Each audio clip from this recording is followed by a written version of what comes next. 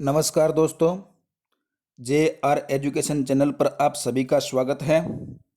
हम राजस्थान कला व संस्कृति की इस क्लास के अंतर्गत राजस्थान के दुर्गों का अध्ययन कर रहे थे।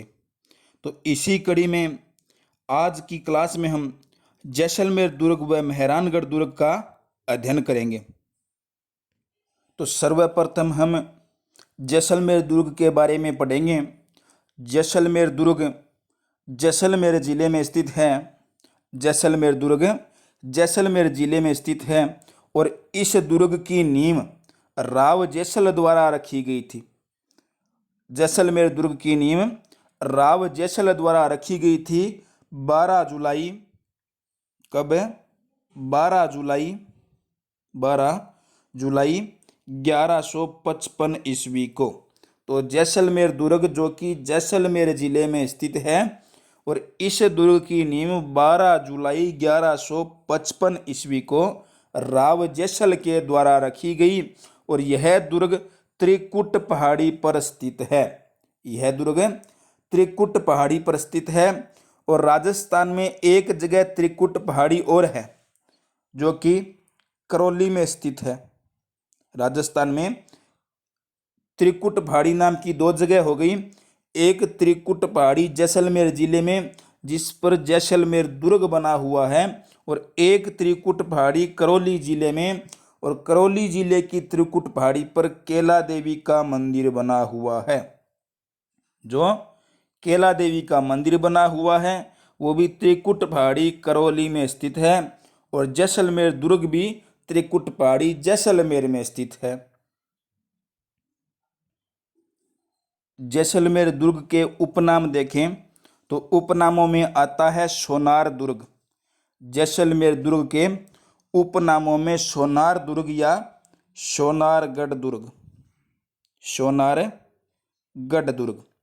जैसलमेर दुर्ग के उपनामों में सोनार दुर्ग या सोनारगढ़ दुर्ग। 99 बुर्जों वाला किला, 99 बुर्जों वाला किला अर्थात जैसलमेर दुर्ग की जो चार दीवारी है, जैसलमेर दुर्ग की जो चार दीवारी है उसके बाहर इस आकृति में कुछ आकृतियां बनी हुई हैं और इनको बुर्जों के नाम से जाना जाता है। तो सर्वाधिक बुर्जों वाला या फिर 99 बुर्जों वाला किला जैसलमेर किला है जो कि राजस्थान में सबसे अधिक बुर्जों वाला किला है। इसे रेगिस्तान का स्वर्ण तो गलियों का दुर्ग भी कहा जाता है। तो जैसलमेर दुर्ग के उपनाम सोनारगढ़ दुर्ग या सोनार दुर्ग, 99 बुर्जों वाला किला, रेगिस्तान का स्वर्ण और गलियों का दुर्ग। गलियों का शहर जैसलमेर शहर को कहा जाता है। गलियों का दुर्ग तो जैसलमेर दुर्ग और गलियों का शहर जैसलमेर शहर। तो जैसलमेर दुर्ग की नींव राव जैसल द्वारा, किसके द्वारा? राव जैसल द्वारा 12 जुलाई 1155 ईस्वी को त्रिकुट पहाड़ी पर यह दुर्ग स्थित है। उपनामों में सोनार दुर्ग तो सोनारगढ़ दुर्ग, 99 बुर्जों वाला किला अर्थात सर्वाधिक बुर्जों वाला किला, रेगिस्तान का स्वर्ण। इस दुर्ग को रेगिस्तान का स्वर्ण तो गलियों का दुर्ग भी कहा जाता है। गलियों का शहर हो गया जैसलमेर शहर और इस दुर्ग में एक मंदिर बना हुआ है, भगवान लक्ष्मी नारायण का मंदिर।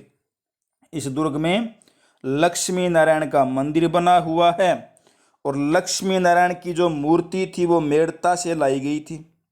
लक्ष्मी नारायण मंदिर में जो भगवान लक्ष्मी नारायण की मूर्ति है वह मेड़ता से लाई गई और इस मंदिर के जो कपाट हैं, इस मंदिर के जो कपाट हैं वह सोने व चांदी से निर्मित हैं।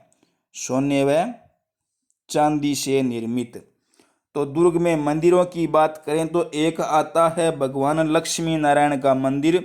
लक्ष्मी नारायण मंदिर में जो मूर्ति है अर्थात वर्तमान में जो मूर्ति है उस मूर्ति को मेड़ता से लाया गया, उस मूर्ति को मेड़ता से लाया गया और मंदिर के जो कपाट हैं, इस मंदिर के जो कपाट हैं वे कपाट सोने व चांदी से निर्मित व सोने व चांदी से बने हुए हैं। दूसरा मंदिर है आवड़ माता मंदिर। दूसरा मंदिर आवड़ माता, इसे आयड़ माता भी कहते हैं, इसे आयड़ माता भी कहते हैं। हमने लोक देवियों वाली टेस्ट सीरीज में इस माता के बारे में अध्ययन किया था। तो इसे आवड़ माता, आयड़ माता, स्वांगिया माता भी इसी का नाम है, स्वांगिया माता। तेमड़ा राय भी इसी का नाम है, तेमड़ा राय। ये इस माता के नाम हो गए। तो तेमड़ा राय, आवड़, आयड़ अर्थात स्वांगिया माता का मंदिर जैसलमेर दुर्ग, सोनार दुर्ग में स्थित है। इसे सोनार, सोनारगढ़, 99 बुर्जों वाला, सर्वाधिक बुर्जों वाला, रेगिस्तान का स्वर्ण, गलियों का दुर्ग कह सकते हो। तो इस दुर्ग में 2 मंदिर बने हुए हैं। एक तो है भगवान लक्ष्मी नारायण का मंदिर, दूसरा है आवड़ माता का मंदिर। इस दुर्ग में महल देखें तो एक है गजविलास महल, एक हो गया जवाहर विलास महल, बादल महल और सर्वोत्तम महल। बादल महल अलग अलग दुर्गों में देखने को मिलेंगे आपको। तो सर्वोत्तम महल, जवाहर विलास महल और गजविलास महल ये जैसलमेर दुर्ग में बने हुए हैं। और जैसलमेर दुर्ग का जो प्रवेश द्वार है वह अक्षय पोल के नाम से जाना जाता है। जैसलमेर दुर्ग का जो प्रवेश द्वार है वह अक्षय पोल के नाम से जाना जाता है। तो ये हो गया जैसलमेर दुर्ग के बारे में कुछ बातें कि जैसलमेर दुर्ग की नींव जो थी वो राव जैसल द्वारा रखी गई 12 जुलाई 1155 ईस्वी में। त्रिकुट पहाड़ी पर स्थित है। तो त्रिकुट पहाड़ी करौली जिले में है, वहाँ केला देवी का मंदिर भी स्थित है। उपनामों में सोनार या सोनारगढ़, 99 बुर्जों वाला किला, रेगिस्तान का स्वर्ण तो गलियों का दुर्ग हो गया और गलियों का शहर जैसलमेर शहर हो गया। दुर्ग में मंदिर बने हुए हैं जो कि लक्ष्मी नारायण मंदिर और आवड़ माता का मंदिर है। लक्ष्मी नारायण की जो मूर्ति है वह मेड़ता से लाई गई और मंदिर के कपाट सोने व चांदी से निर्मित है। आवड़ माता को आयड़, स्वांग्य या तेमड़ा राय के नाम से जाना जाता है। मंदिर में महल देखें तो गजविलास, जवाहर विलास और सर्वोत्तम महल है।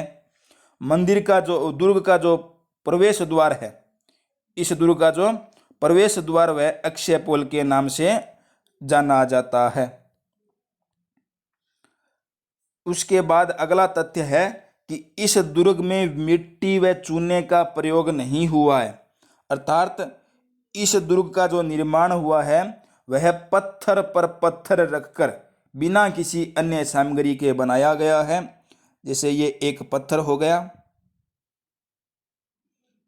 एक पत्थर ये हो गया, इस तरह अन्य पत्थर लगाए गए हैं।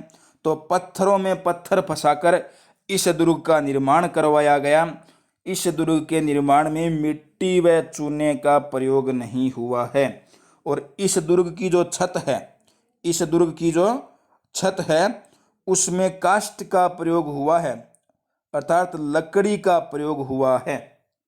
इस दुर्ग की जो छत बनाई गई है, जैसलमेर दुर्ग की जो छत बनाई गई है उसमें काष्ठ का प्रयोग हुआ है।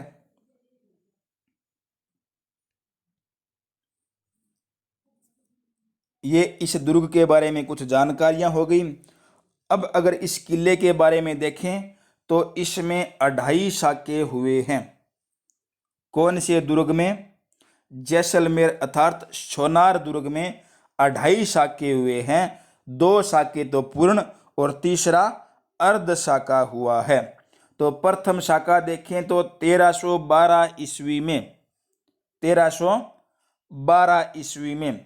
अब इसके आगे नाम दिया हुआ है गोपीनाथ शर्मा के अनुसार, गोपीनाथ शर्मा के अनुसार। कहने का तात्पर्य हो गया कि अलग अलग किताबों या अलग अलग इतिहासकारों के अनुसार इस साके की जो तिथि या साल है वह अलग अलग बताया गया है। किसी में 1311 है तो किसी में 1313 ईस्वी है। लेकिन गोपीनाथ शर्मा के अनुसार प्रथम साका 1312 ईस्वी में हुआ था। और प्रथम साके के समय जो आक्रमणकारी था वो था अलाउद्दीन खिलजी।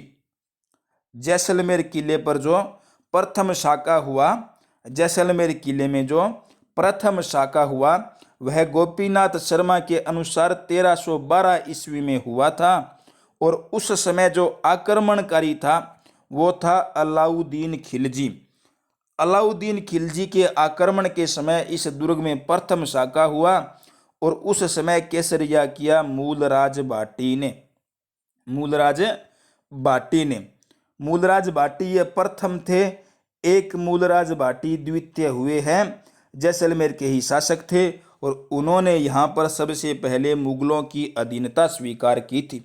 अपनी पुत्री का विवाह भी मुगलों के साथ किया था। तो प्रथम शाका 1312 ईस्वी में गोपीनाथ शर्मा के अनुसार आक्रमणकारी थे अलाउद्दीन खिलजी। तो केसरिया मूलराज भाटी प्रथम द्वारा हुआ और उस समय रानियों ने जौहर किया था। अब है अगला शाका, दूसरा शाका।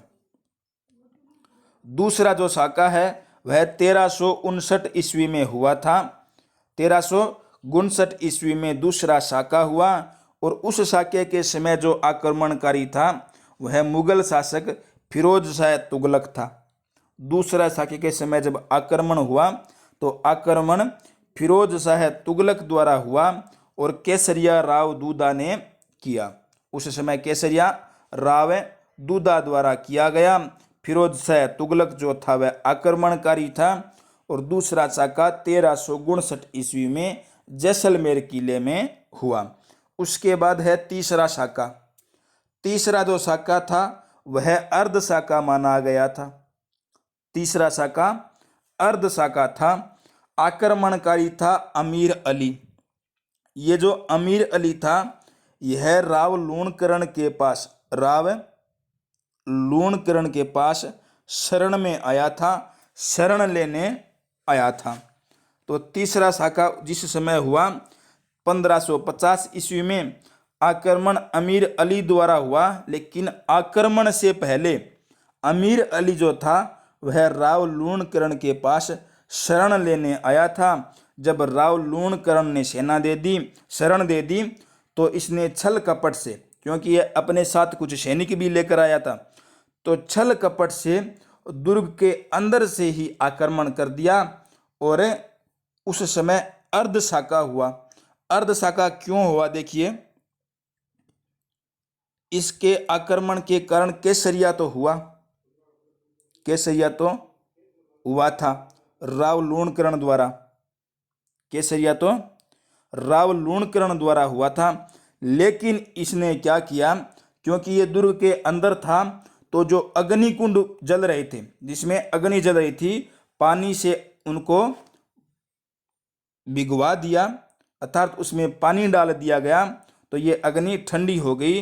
इसका मुख्य कारण था कि रानियां जौहर नहीं कर सके, रानियां जौहर नहीं कर सके। तो तीसरा शाका जो था वह अर्ध शाका कहलाया, क्योंकि केसरिया तो राव लूणकरण द्वारा हो गया लेकिन रानियां जौहर नहीं कर पाई थी, क्योंकि अमीर अली ने दुर्ग में से लकड़ियां बाहर फेंकवा दी और जलती हुई अग्नि में पानी डाल दिया था। इस वजह से रानियां के जौहर नहीं कर पाई और केसरिया राव लूणकरण द्वारा किया गया था।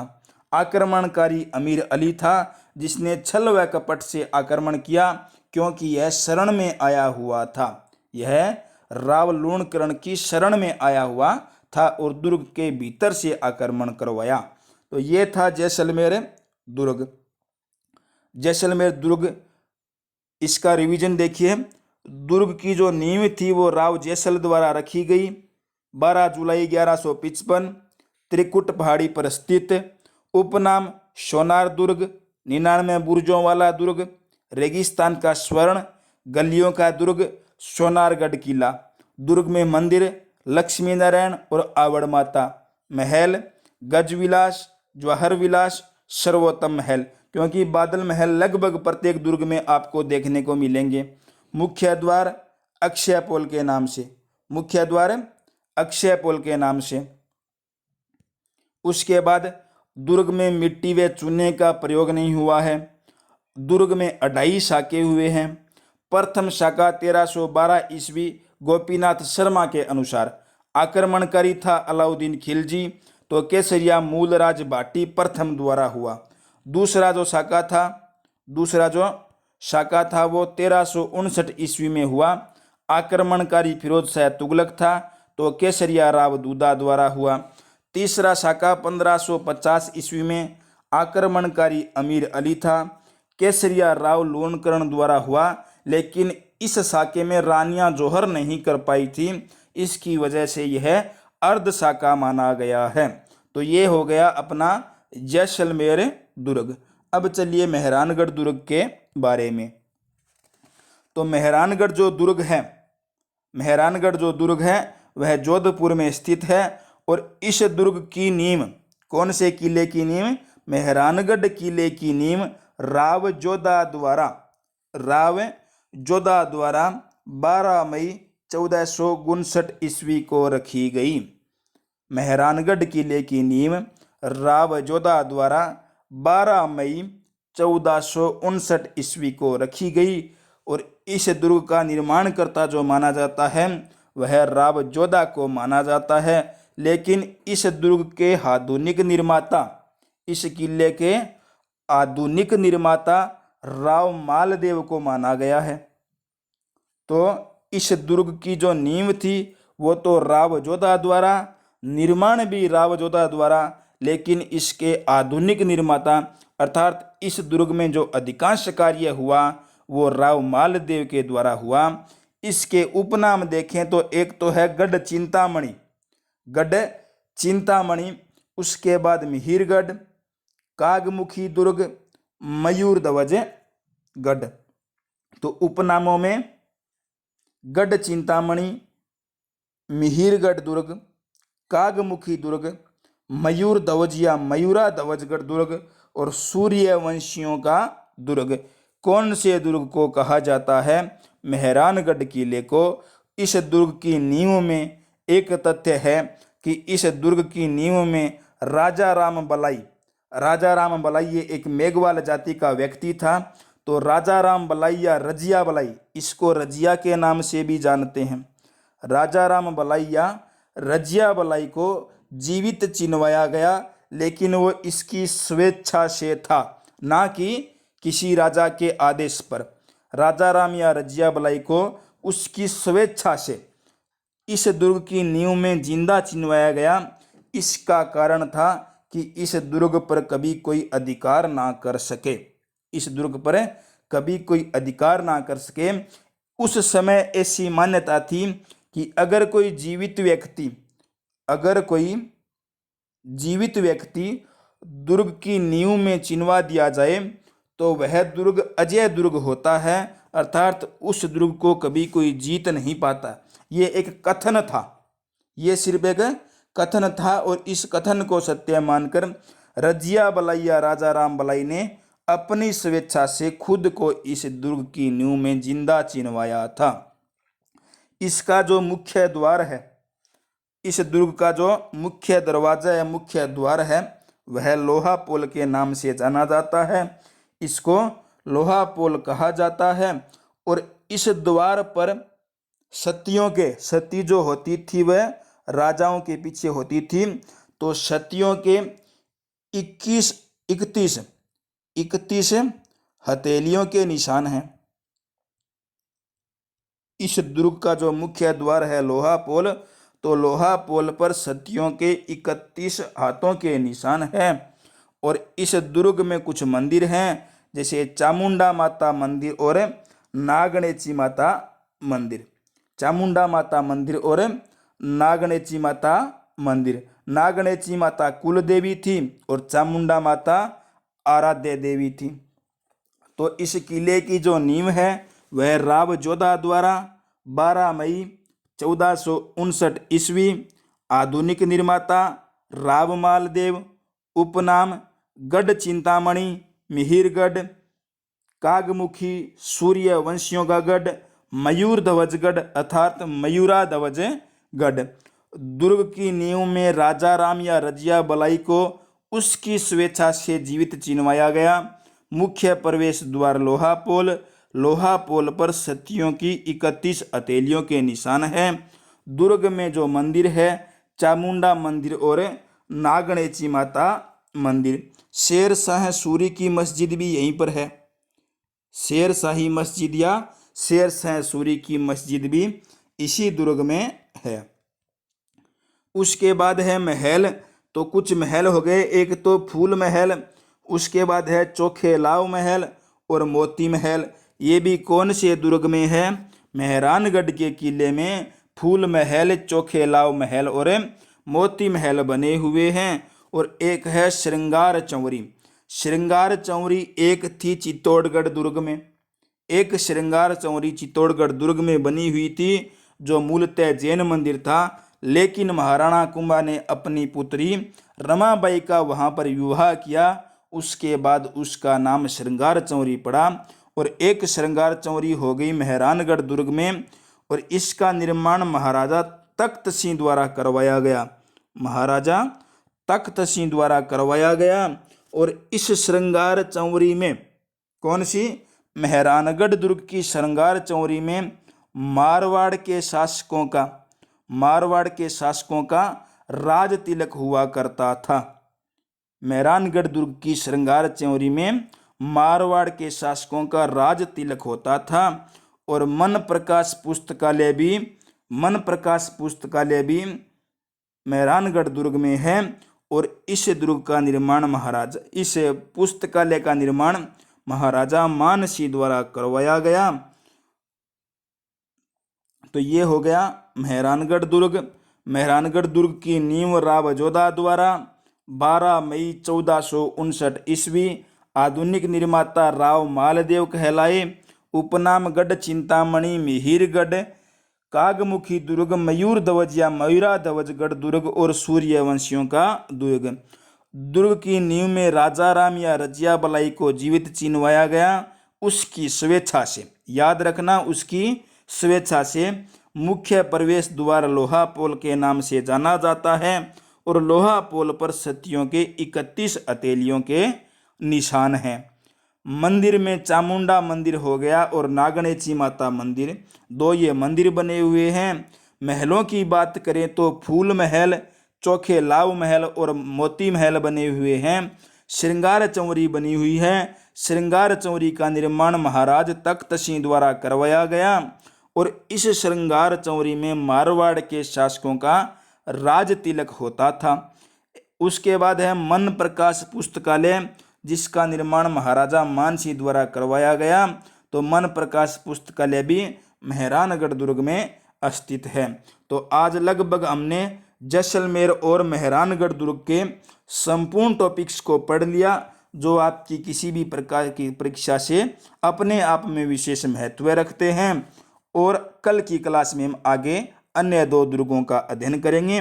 अगर आपको यह वीडियो अच्छा लगे तो लाइक, शेयर व कमेंट जरूर करें और आपके अपने चैनल JR एजुकेशन चैनल को सब्सक्राइब जरूर करें।